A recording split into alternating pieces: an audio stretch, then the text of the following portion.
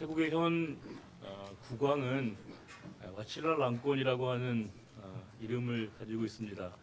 정확하게 이름을 대면 마하 와칠라랑콘이라고 하는 국왕이 지금 태국의 왕실의 국왕으로 있는데요. 그는 그의 선대 왕이었던 부미폰 왕이 이제 2016년 12월에 이제 세상을 떠난 이후에 태국 왕실의 왕으로 지금 재위하고 있습니다. 그 선대 왕이 좀 너무 오랫동안 재위했습니다. 70년을 재위했거든요. 단일 왕으로는 가장 오랜 통치 기간을 보내게 됐는데 그 뒤를 이어서 이제 태국 왕실의 왕으로 그가 자리를 잡고 있습니다. 근데 그가 이제 그 선대 왕에 대한 장례식도 치르게 되고 또 여러 일들을 처리하다 보니까 여러 가지 이제 대관식이 좀 늦어져서 올해 이제 5월 4일인가가 대관식을 한다고 합니다. 근데 여러 기사 가운데 사실 우리의 관심을 끄는 부분은 의외로 딴 곳에 있었습니다. 그것은 뭐냐면 그 국왕의 재산이 무려 33조가 넘는다는 거였습니다. 어마어마한 정말 우리가 천문학적인 숫자라고 얘기할 때 그 재산을 가지고 있었습니다. 작년에 우리가 그 암반이라고 하는 그 인도의 최고의 갑부의 딸이 결혼을 했습니다. 인터넷에 많이 우리가 봤는데요. 그 결혼식이 우리가 회자가 된 이유가 뭐냐면 그 결혼식의 규모가 정말 장난이 아니었습니다.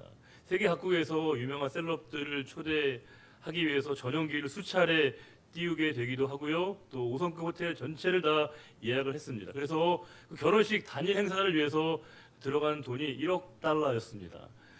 1,000억이 넘는 결혼식 한 번 하려고 1,000억이 넘는 그런 결혼을 치르게 되었습니다. 우리나라 최고의 부자는 누군가요? 우리나라 최고의 갑부는 누구일까요? 여러 가지 이론에 있겠지만 아마 다수는 여기 삼성그룹의 이건희 회장 부자가 아닐까 싶습니다. 정말 부자인 부자 생각이 들었습니다. 우리가 이런 분들의 얘기를 듣고 상황을 들으면 우리에게는 묘한 양가 감정을 갖게 되는 경우가 있습니다. 한 가지는 뭔가 싫죠. 이유는 모르고 뭔가 우리가 마음에서 욕을 하는 분들이 있어요. 뭔가 저렇게 재산을 불리고 재벌이 된 데는 뭔가 구조적인 문제가 있고 잘못된 게 있다라고 해서 뭔가 좀 끌어내고 마음이 좀 불편한 마음을 갖는 분들이 있습니다. 근데 또 역시 많은 분들이 부러움을 갖지요. 나도 저러면 얼마나 좋을까라고 하는 그런 마음이 동경가는 마음이 두 가지 양가 감정을 갖게 되는 경우가 있습니다. 이런 앞에서 거론한 분들이 분명히 우리가 부자이고 또 거부라고 하는 것은 우리가 부인할 수 없는 팩트입니다. 사실입니다. 그런데 이들 모두가 다 정말로 잘 사는 것이냐에 대해서는 우리가 동의하기가 쉽지 않습니다. 어렵습니다. 우리가 부자라고 하는 것, 거부라고 하는 것, 우리가 재벌이라고 하는 것 하나의 팩트, 사실입니다. 그런데 잘 산다는 것은 미닝, 의미이고요. 밸류라고 하는 가치의 문제라고 하는 것을 알 수 있습니다. 제가 역삼동에 있는 교회에서 사역할 때 어느 집사님 한 분이 저에게 한 얘기는 아니고요. 여러 교육자분들에게 하신 말씀인데 목사님 이 동네에서 살려면 한 달에 제대로 살려면 한 1,000만 원에서 2,000만 원 정도가 필요하다라고 얘기를 하시는 거예요. 저희들이 급 우울해졌습니다. 왜냐하면 그 기준에 따르게 되면 저를 포함해서 많은 분들이 이제 제대로 사는 건, 잘 사는 건 거의 불가능하구나 그런 생각을 해보았습니다. 우리가 저는 청년들을 보면 마음이 되게 아파요. 짠해요. 왜냐하면 이전에 제가 학교 다닐 때 시절과 비교해 보게 되면 지금 여러 환경들이 너무 열악한 거죠. 예전에는 대학 졸업할 때 보게 되면 학교에 이제 여러 기업체가 와서 채용 박람회를 통해서 이제 그 취업자들 이제 유치했는데 지금 완전히 상황이 바뀌어서 취업하는 게 어렵고 어떤 일을 하는 게 너무너무 힘들어졌습니다. 그래서 아이들이 끝없는 좌절과 절망, 실패라면 실패를 경험하게 되면서 한없이 자존감이 뭉개지는 그 현실에 관한 얘기를 이제 집사람과 함께 나누면서 참 딱하다, 아쉽다 그런 생각을 해보게 되었습니다. 만약에 그런 아이들에게 세상에서 정말 잘 사는 것이 무엇인가에 관한 근본적인 고민을 하고 있는 그 아이들에게 우리가 해줄 말이 있는 거 아니겠습니까? 우리가 신앙인이라고 하면 우리는 잘 사는 게 무엇인지를 분명하게 얘기해줄 중요한 책임이 있는 거 아니겠습니까? 우리가 부자로 사는 것, 거부로 사는 것, 재벌로 사는 게 경제적인 차원의 문제, 경제적인 차원의 우리가 고민이라고 할 때 우리가 잘 사는 것은, 잘 사는 길은 영적인 차원의 문제라고 하는 것을 알 수 있습니다. 우리가 부자로 살고 거부로 살고 우리가 재벌로 사는 게 경제적인 차원의 우리가 문제라고 할 때 우리가 진짜로 잘 산다는 것은 영적인 차원의 문제라고 하는 것을 알 수 있습니다. 우리가 이와 같은 인식의 토대하에서 우리가 가장 이 분석에 부합하는 인물이 있습니다. 바로 오늘 본문에 등장하고 있는 한 인물이 소개가 되고 있습니다. 우리가 오늘 그 사람을 한번 보려고 하는데요. 19장 1절과 2절에 그 사람의 신상 정보를 이렇게 소개하고 있습니다. 같이 한번 읽어보겠습니다. 예수께서 여리고로 들어가 지나가시더라. 삭개오라 이름하는 자가 있으니 세리장이요 또한 부자라. 이 사람의 이름은 이제 나오고 있습니다. 이 사람이 사는 곳은 어디예요? 여리고라고 되어 있습니다. 이름은 뭐예요? 삭개오이죠. 삭개오의 이름의 뜻이 뭐죠? 삭개오의 이름의 뜻은 순수한 자, 깨끗한 자, 의로운 자라고 하는 이름의 뜻을 지니고 있습니다. 우리가 삭개오 좀 알잖아요.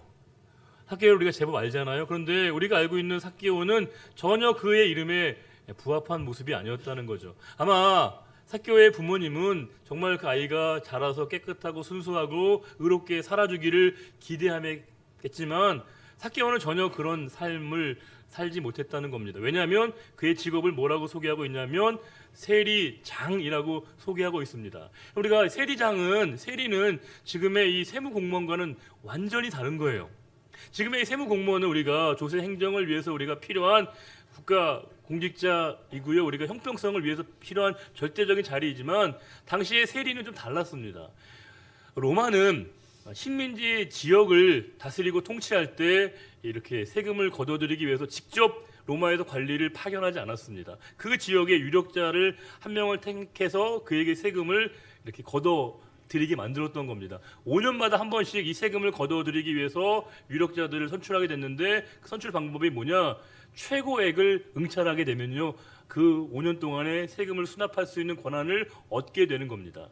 요즘으로 얘기하면 민자도로 정도로 우리가 이해할 수 있겠죠. 그러면 여러분 생각해 보세요. 최고액을 응찰하려면 당연히 낙찰받기 위해서 뭐가 필요한 거예요? 당연히 엄청난 재산과 재물이 있어야 된다는 것을 전제하는 겁니다. 바로 오늘 말씀에 삭개오는 세리장이요 또한 부자라고 되어 있었습니다. 얼마나 큰 부자였으면 부자라고 그를 소개할 만큼 거부였다는 겁니다. 우리가 세리장과 세리는 좀 달라요. 세리는 세리장 밑에서 실질적으로 필드에서 세금을 걷는 역할을 감당하는 것이지만 세리장은 직접 나가서 세금을 걷는 게 아니에요.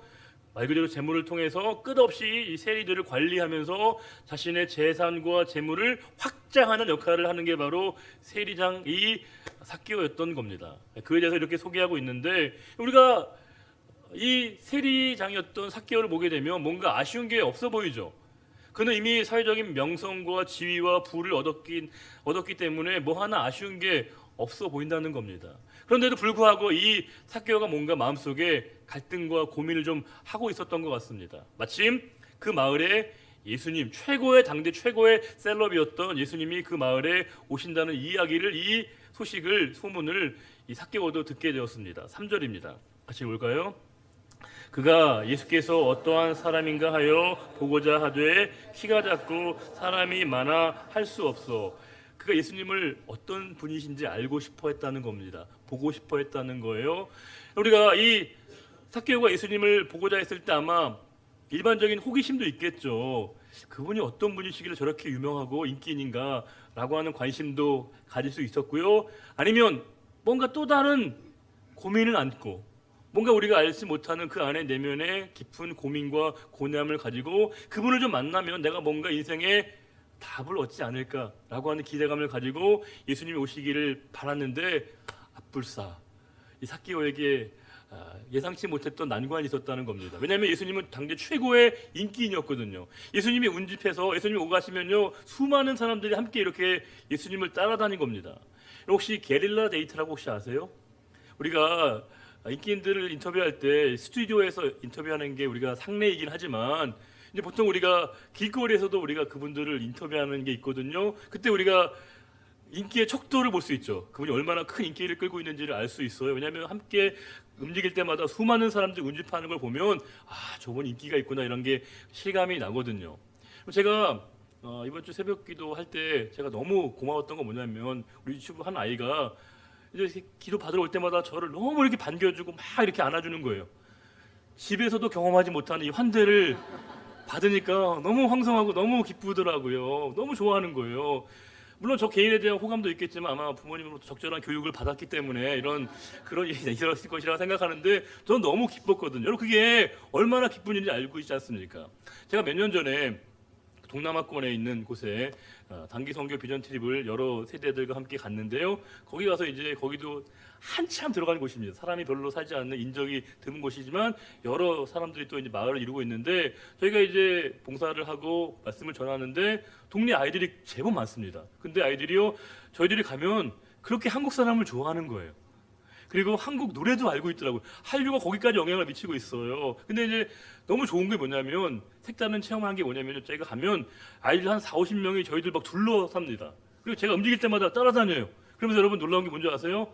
그 아이들이 다 수첩을 들고 있어요. 그리고 사인을 해달라는 거예요. 저를. 여러분 그 경험 쉽지 않아요.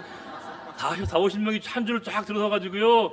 제 사인을 받으려고 할 때 이게 묘하게 왜 인기인들이 그렇게 그거를 추구하나 이해가 됩니다. 딱 사인을 해줄 때 너무너무 이게 묘한 이게 느낌이 오거든요. 한 가지 아쉬운 건 누군가 또 나타나면 그걸 다 가버려가지고 인기란 이렇게 부질없는 것이구나 그런 생각이 들게 됩니다.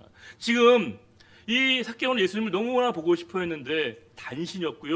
또 그가 너무 많은 사람이 예수님을 이렇게 애워싸고 있는 운집하고 있는 상황이어서 그 예수님께로 가까이 갈 수 없었습니다. 우리가 그가 예수님을 보고자 했을 때 얼마나 보고자 한 마음이 강했냐면요. 3절 보시게 되면 그가 예수께서 어떠한 사람인가 하여 보고자 하다 할 때 이 보고자 하다는 말이 원문을 보게 되면 지속적으로 반복적으로 계속적으로 예수님을 보고자 하는 마음이 있었다는 걸 알 수 있습니다. 미완료 능동태여서 끊임없이 예수님을 보고자 하는 마음이 삭개오에게 너무나 강했다는 겁니다. 예수님을 보고자 하는 게 그것이 주관적인 열망 인 것이고요. 볼 수 없는 현상, 상황이 바로 객관적인 정황입니다. 우리가 어떤 판단과 어떤 일을 처리할 때마다 이 두 가지의 우리가 이 갈림길에 있습니다. 주관적인 열망과 객관적인 정황 가운데 만약에 내가 이 객관적인 정황보다도 주관적인 열망이 더 강하면 그 일을 가능케 하는 것이죠. 반면에 주관적인 열망이 아무리 강해도 객관적인 정황과 상황이 여의치 않으면 그 일을 그만두게 된다는 겁니다. 적어도 이 삭개오가 직면한 현실은 객관적인 정황이 결코 쉬운 일이 아니었습니다. 결코 그가 해결할 수 있는 게 아니었습니다. 우리는 그렇게 생각할 수 있겠죠. 옆에 사람한테 도움받고 좀 길을 비켜달라고 하면 안 되나 싶긴 하겠지만 삭개오의 직업이 뭐예요? 세리장이거든요. 사람들로부터 고혈을 빼내는 전형적인 가렴주구형의 공직자였거든요. 그러니까 당연히 사람들의 동의를 얻는 게 힘들죠. 혹은 뭐 어떤 그 무등을 태워서 예수님을 볼 수도 있겠지만 그것도 이 삭개오에게는 아마 쉬운 일이 아니었을 겁니다. 그래서 그가 굉장히 고민을 하죠. 할 수 있는 상황이 아닙니다. 그러면 우리가 방법은 단념하거나 포기할 수밖에 없는 것이죠. 그런데 이 삭개오에게는 객관적인 정황보다도 주관적인 열망이 훨씬 더 강했다는 겁니다. 4절을 한번 보겠습니다. 4절 읽어볼까요? 앞으로 달려가서 보기 위하여 돌 무화과 나무에 올라가니 이는 예수께서 그리로 지나가시게 되미로라.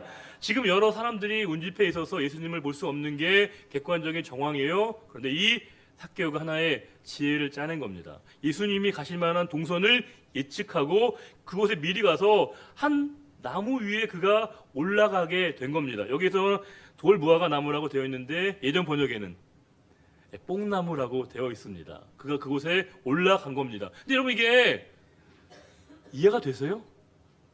납득이 되세요? 삭개오가 누구예요? 세리장입니다. 그는 사회적으로 많은 사람들의 시선을 한 몸에 받는 사람이에요. 그런데 그가 그 나무 위에 올라간다? 생각해 보세요. 예수님 오실 때까지 기다리려고 한다면 제법 오랜 시간 동안에 그 나무 위에 올라가서 쪼그리고 있어야 될 거 아니에요. 얼마나 많은 사람들이 그를 우습게 보고 무시하고 조롱했을 게 분명하다는 겁니다. 그런데 삭개오에게는 그게 전혀 개의치 않았다는 겁니다. 그는 그곳에서 잠잠고 예수님을 먼 발치라도 보기 위해서 그 나무 위에 올라가서 예수님을 기다렸다는 겁니다. 우리가 때는 우리의 사회적인 신분과 사회적인 지위가 예수님 만나는데 때론 그것이 방해가 될 때가 있습니다.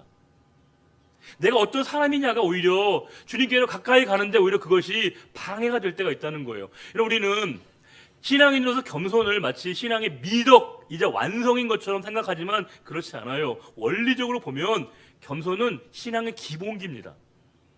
겸손한 사람만이 주님을 만날 수 있는 것이고요. 겸손한 자에게 주의 음성이 들려지는 것이고 겸손한 자에게 주님과의 만남이 가능하게 된 겁니다. 우리는 내가 사회에서 어떠한 자리에 있는 그 사실이 우리에게 부담이 되어져서 하나님께 나아갈 때 우리의 그 모든 상황들이 우리가 적극적으로 우리의 주님을 향한 마음을 표현하지 못하게 될 때가 있습니다. 우리가 영어로 보게 되면 아이 같다는 말을 두 가지로 얘기하잖아요. 하나는 childlike라고 얘기하고 하나는 childish라고 얘기합니다. childlike는 말 그대로 순수하고 순진한 거죠. childish는 유치한 겁니다. 우리가 아이 같다는 건 유치한 게 아니라 주님이 어린아이와 같은 믿음을 원하실 때 우리가 순수하게 순전하게 내가 주님께 표하고 싶은 마음을 적극적으로 표현하는 것을 말하는데 지금 이 삭개오는 그런 용기를 가졌습니다. 나를 사람들이 어떻게 보든지 그가 괴념치 않았다는 거예요. 오직 나에게 중요한 건 뭐예요? 예수님이었습니다. 그분을 만나는 것, 그분을 볼 수 있다는 것만이 이 삭개오에게 유일한 관심사였다는 겁니다. 그래서 그가 사회적으로 어떻게 취급되든지 전혀 상관하지 않고 그곳에 올라가서 잠자코 한참을 예수님을 올리실 때까지 기다렸습니다. 그때 5절에 이런 말씀이 있습니다. 읽어볼까요? 예수께서 그곳에 이르사 쳐다보시고 이르시되 삭개오야 속히 내려오라 내가 오늘 내 집에 유하여야 하겠다 하시니 놀랐습니다. 삭개오는 그냥 기다린 것뿐이에요. 그런데 누가 먼저 불러주셨냐면 예수님이었다는 거예요. 예수님이 삭개오를 먼저 보시고 그를 이름을 불러주셨습니다. 우리는 우리가 예수님을 찾고 구하고 만나고자 했던 것처럼 생각하지만 이 구원의 원리를 보면 언제나 우리가 주님께로 찾아가는 게 아니에요. 주님이 우리에게 찾아오신 겁니다. 우리가 다가간 게 아니에요. 주님이 우리에게 다가오신 겁니다. 우리가 우리의 문을 연 게 아니에요. 주님이 우리의 마음의 문을 열어주셨을 때 우리와의 관계가 시작되게 된 겁니다. 그래서 우리가 신앙은 항상 수동태로 표현됩니다. 우리가 이 시간 예배 온 것 내가 주도적으로 내가 의지로 예배 나온 게 아니라 주님께서 우리를 예배자로 불러주시고 세워주시고 앉혀주셔서 이 시간 예배를 드릴 수 있는 거예요.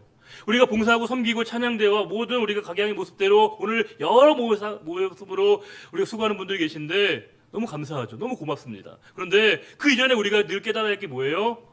내가 그 봉사와 섬김에서 내가 하는 게 아니에요. 우리에게 그와 같은 마음을 열어주셨을 때 우리가 그 일들이 가능하게 되는 것이죠. 그래서 예배드린다고 우리가 자랑할 게 없어요.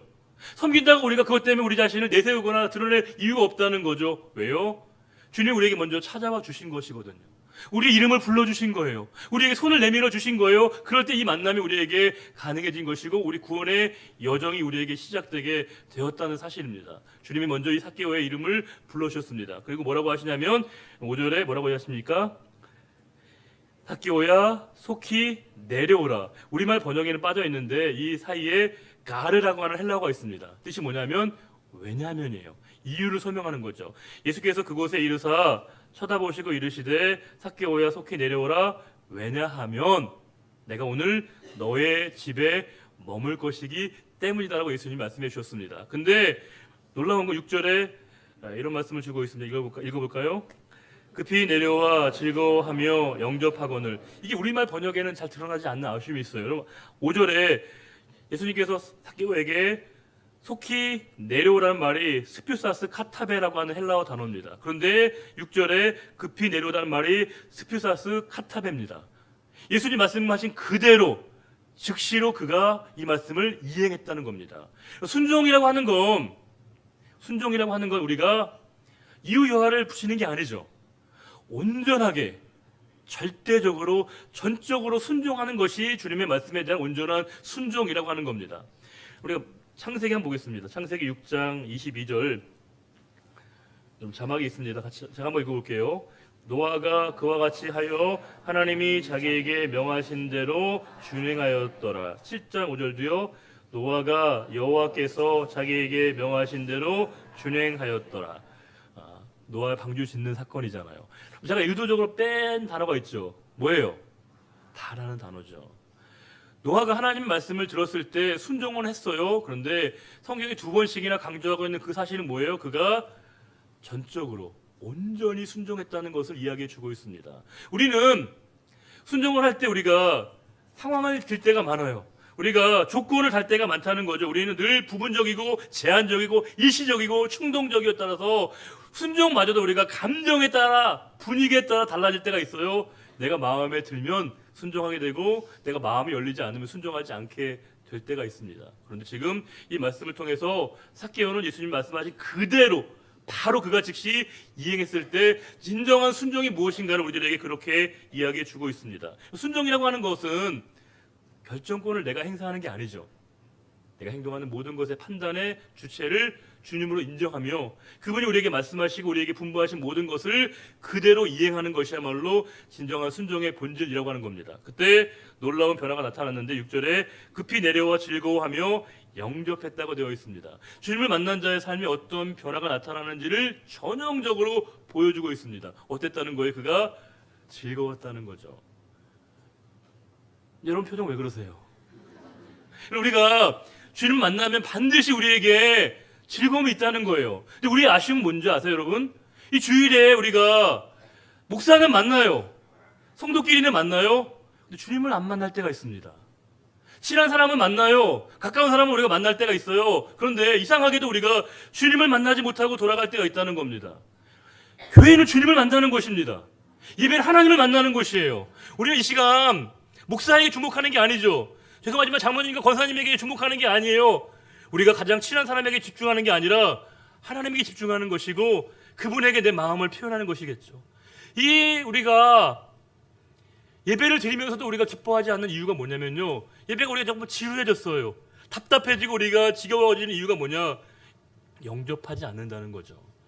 이 삭개오는 예수님을 인격적으로 온전히 영접을 했습니다. 받아들였습니다. 그분을 인정했습니다. 그때 그의 삶의 가운데 세상에 줄 수 없는 기쁨이 이 삭개오로부터 흘러나오게 되었습니다.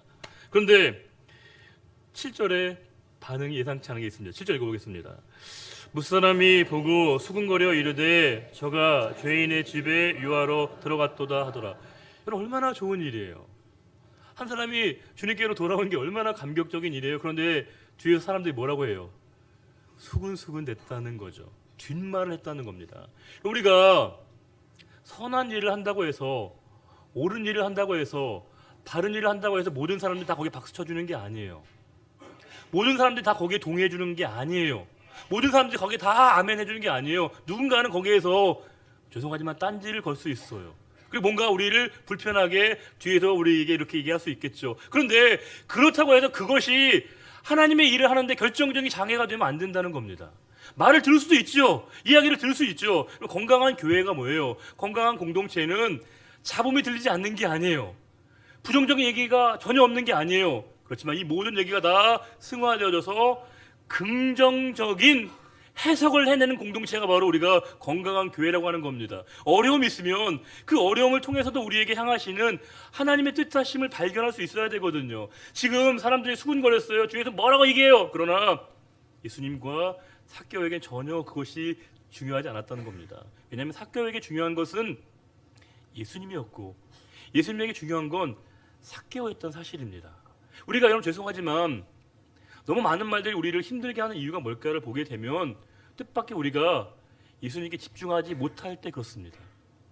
그분에게 우리에게 집중하시고 우리에게 끊임없이 말씀하시는데 우리는 너무 많은 것에 시선을 분산시키게 되고요. 너무 많은 것을 들으려고 하다 보니까 정작 우리가 들어야 될 말씀, 보아야 될 주님을 우리가 놓치게 될 때가 있다는 거예요. 그런데 지금 이 시간 삭개오와 예수님은 그들이 1대1의 만남이 이루어지고 있습니다. 뒤에서 수군거리지만 전혀 그것이 그들의 귀에 들리지 않았어요. 그때 이 삭개오가 놀라운 고백을 하게 됩니다. 8절입니다. 읽어보겠습니다. 삭개오가 서서 주께 여짜오되 주여 보시옵소서 내 소유의 절반을 가난한 자들에게 주겠사오며 만일 누구의 것을 속여 빼앗은 일이 있으면 내 갑절이나 갚겠나이다. 여러분 아멘 잘 안 나오시죠? 혹시 이런 일 나한테 벌어질까 봐. 지금 삭개오가 하고 있는 일을 두 가지로 요약하면 그런 거죠. 뭐예요? 내가 내 소유의 절반을 가난한 사람들에게 줄 것이고요. 내가 만약 누구의 것을 강제로 빼앗은 것이 있으면 4배로 되갚아 주겠습니다라고 삭개오가 얘기하고 있다는 겁니다. 다른 사람이 아니에요. 삭개오가 이런 얘기를 했다는 게 중요한 겁니다. 왜냐하면 삭개오에게 돈이 전부였거든요. 물질이 그의 삶의 전부였거든요. 나를 나로 말해주고 나를 나로 설명해 주는 것이 바로 돈이다, 물질이다 생각했던 이 삭개오가 지금 뭐라고 하고 있냐면요. 하나님, 주님, 내가의 소유의 절반을 가난한 사람들에게 주겠고 내가 남의 것을 강제로 빼앗은 것이 있으면 4배로 갚겠습니다라고 지금 이 삭개오가 예수님께 얘기하고 있다는 겁니다. 우리가 회개와 회심이라고 하는 걸 우리가 자꾸 심리적으로만 이해하려고 할 때가 있어요. 교회에서 얼마나 많은 우리가 회개와 회심을 얘기합니까? 그런데 우리에게 이 회개가 카타르시스를 넘어서 사건이 돼야 되거든요. 그러면 회개는 우리가 심리적으로 죄를 인정하고 죄악을 받아들이는 수준을 뛰어넘어야 되는 거죠. 우리가 회개는 참여는 삶의 방향을 돌리는 겁니다. 내 삶의 무게중심을 다시금 예수님께로 돌리는 거죠. 그분이 기뻐하시는 삶의 행동들이 나타날 때만이 진정한 회개입니다. 우리는 입술의 회개는 해요. 감정의 회개는 해요. 그런데 진짜 회개는 부족할 때가 있다는 거예요. 그래서 지금 이 삭개오는 온전한 회개를 통해서 진정한 회개의 사건이 얼마나 놀라운 것인가를 그가 보여주고 있습니다. 우리가 잘 사는 것에 관한 얘기를 했잖아요. 잘 산다는 게 뭐겠습니까? 그러면 잘 사는 건 여유를 갖는 걸 얘기합니다. 여유가 없으면 잘 사는 게 아니에요. 제가 꽤 부유한 분들 제법 많이 만났거든요. 그런데 희한하게 그분들도 다 쪼들리시더라고요. 집이 2-3채 있는 분들이요, 그렇게 얘기해요. 목사님, 이거 다 제 집이 아니에요. 사실 은행이 주인이고요. 제가 이거 융자 있고요. 할부 밀려서 제 집 아니에요. 건물 있는 분도 그 얘기 하시더라고요. 목사님, 이거 세금이 얼마나 많은지 모르시죠? 바꾸라면 안 바꾸실 것 같으면서도요, 그렇게 얘기를 하셔요. 아이 키우고 유학 보내고 아이 사업자금 대어주느라고 너무너무 빠듯해요 라고 얘기하십니다. 이해합니다. 충분히 제가 동의할 수 있습니다. 제가 잘 사는 것을 여유라고 말씀드렸습니다. 그러면 아무리 경제적으로 윤택해도 여유가 없으면 말 그대로 가난한 거죠. 부자일 수는 있으나 잘 사는 게 아니라는 겁니다. 제가 아는 목사님이 인천에서 목회하신 분이신데, 인천에서 제법 좀 열악한 지역에서 목회하시는 목사님이 그런 얘기를 하시더라고요. 교인들을 신방하면서 큰 은혜를 받은 경험을 말씀하셨습니다. 어떤 분들이 신방하다 보면 평생에 노력해서 이제 집을 한 채 얻으셨는데 보통 한 1-2억 정도 하는 집이라는 거예요. 근데 너무너무 감사하신다는 거예요. 하나님이 나에게 내 이름으로 된 집을 주셨다는 것 때문에 너무 감사한다는 거예요. 그 감사함이 너무 넘쳐서 어떻게 하면 내가 이 은혜를 갚지? 내가 어떻게 하면 이 감사를 하나님께 표현하지라고 하는 마음을 갖는다는 겁니다. 그분에게 뭐가 있다는 거예요? 마음에 여유가 있는 것이겠죠. 마음에 여유가 있는 그 상태가 바로 우리 여러분 잘 사는 것이라고 할 수 있습니다. 그래서 우리가 잘 사는 건 뭐예요? 이건 바로 영적인 차원의 문제이고요, 믿음의 문제라고 하는 겁니다. 우리가 지금 이 삭개오가 우리에게 도전하고 있는 게 그런 거죠. 우리는 삭개오는 지금 이 자신이 갖고 있는 소유, 자신의 것이 진짜 자신의 것이 아님을 알게 된 겁니다. 명의가 내 거라는 거죠.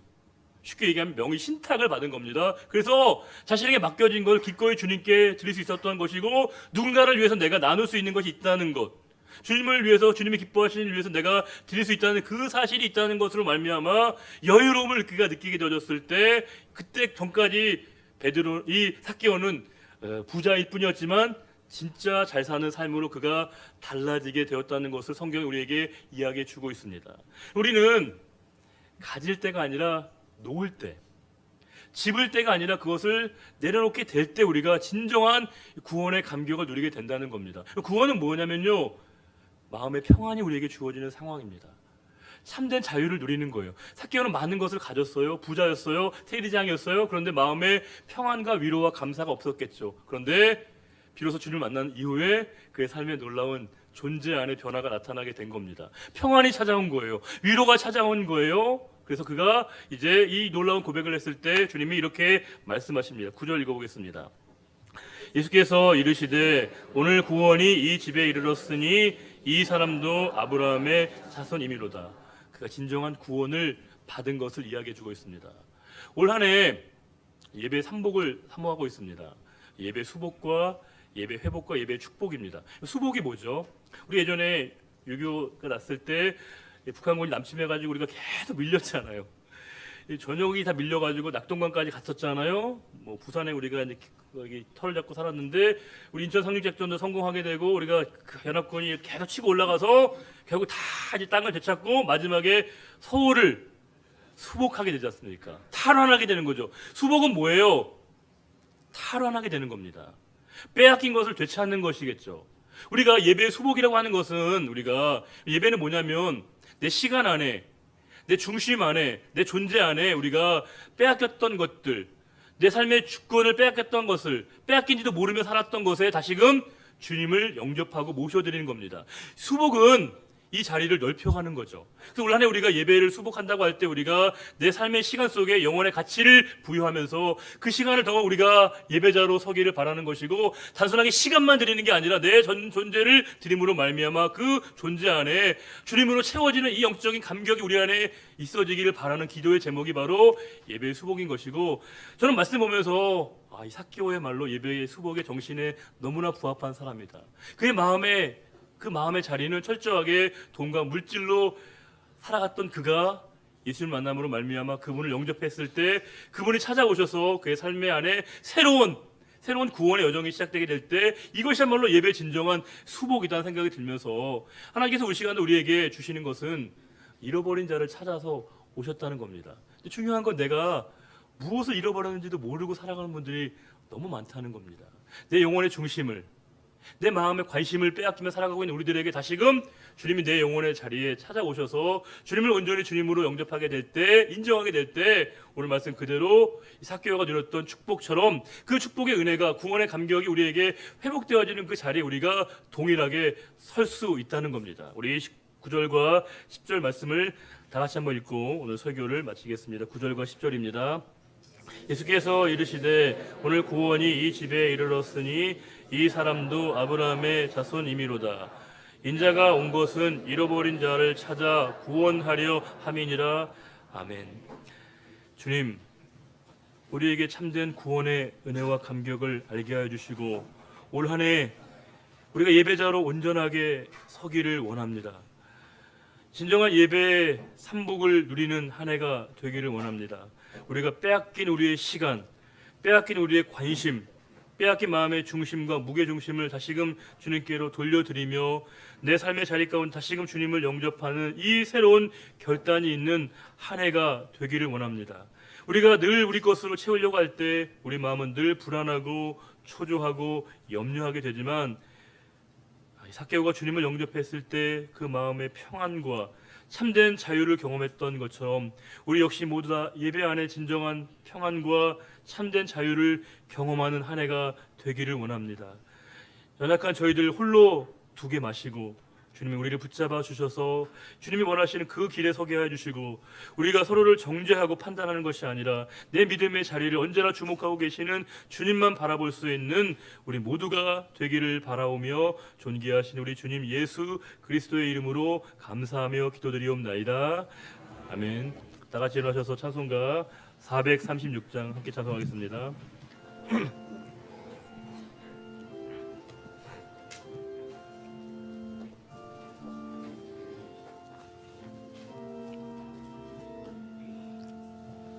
나 이제 주님의 새 생명 얻을 몸, 옛 것은 지나고 새 사람이로다. 그 생명 내 맘에 한같이 흐르고 그 사랑 내게서 해같이 빛난다. 영생을 누리며 주 안에 살리라. 오늘도 내일도 주 함께 살리라. 주 안에 감추인 새 생명 얻으리. 이전에 좋던 것 이제는 값없다.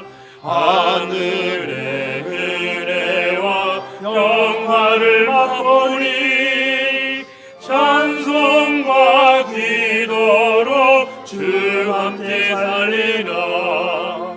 영생을 누리며 주 안에 살리라. 오늘도 내일도 주 함께 살리라. 산천도 초목도 새 것이 되었고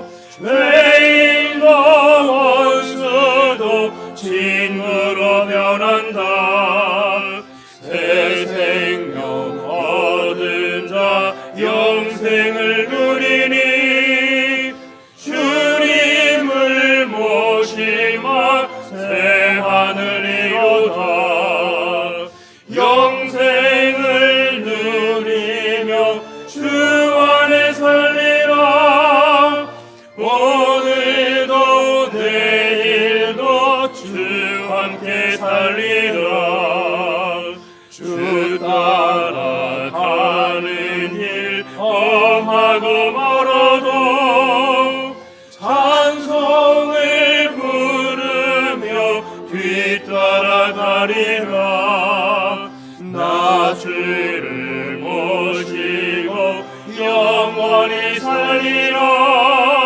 날마다 섬기며 주 함께 살리라. 영생을 누리며 주 안에 살리라.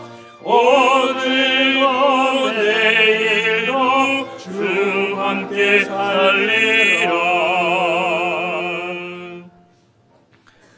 여호와는 내게 복을 주시고 너를 지키시기를 원하며 여호와는 그의 얼굴을 내게 비추사 은혜 베푸시기를 원하며 여호와는 그 얼굴을 내게로 향하여 드사 평강 주시기를 원하노라.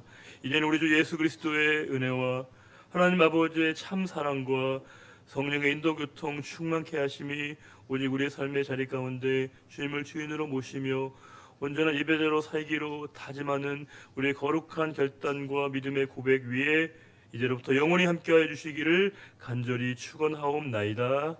아멘.